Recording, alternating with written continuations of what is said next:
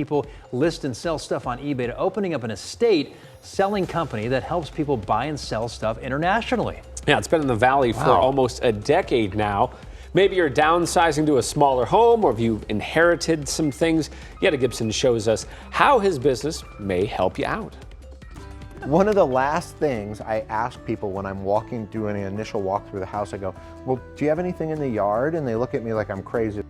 This is Josh Levine. People always leave things when they sell their house. And I said, well, let me look in the backyard because I don't want you to leave anything. And they're like, what? Well, what do you mean? Well, he means stuff like this. This is an Arcosanti bell. For somebody frantically moving from one place to another, it's either overlooked or seen as no big deal.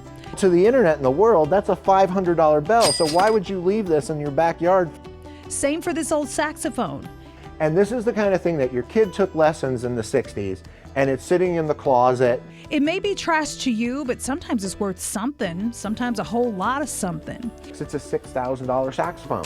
It's not hard to figure this out, but Josh does this for a living at J. Levine Auction and Appraisal in Phoenix. Here he gets stuff every day from home sales, estates, and businesses, and he sells them online. Every single item going through an elaborate photo shoot before it's put online and sold, most times within a week. He says he gets the contents from 10 to 15 estates a week. So much stuff, it fills up this 75,000 square foot warehouse. The items, Josh says, are purchased by people from all over. Folks from 70 countries on average are bidders. There's misconceptions with auction where people think, oh, well, all my stuff's going to sell for $10. Right. I go, no, you have the entire world bidding at your auction. So it's kind of like putting your entire house on eBay now. Maybe you're inheriting an estate. Josh and his team take the stress out of figuring out what to do next. I can't tell you how many clients I've had that they go, my parents have passed away. I have an entire estate to deal with.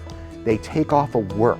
They'll be overwhelmed, but we consult them and tell them, this is a better online auction item, or this might be a better option for you. Sometimes taking it for donation to the Salvation Army is a better deal for you from a tax perspective. We get called all the time, and the most common thing somebody says is I have a 200-year-old dining room table, and I go, it's worth about $50. What? It's 200 years old. And I go, yeah, your Tonka truck that you had when you were a boy, that's $300. Somebody wants that? Right, yeah. right. It's never what you think is worth the money.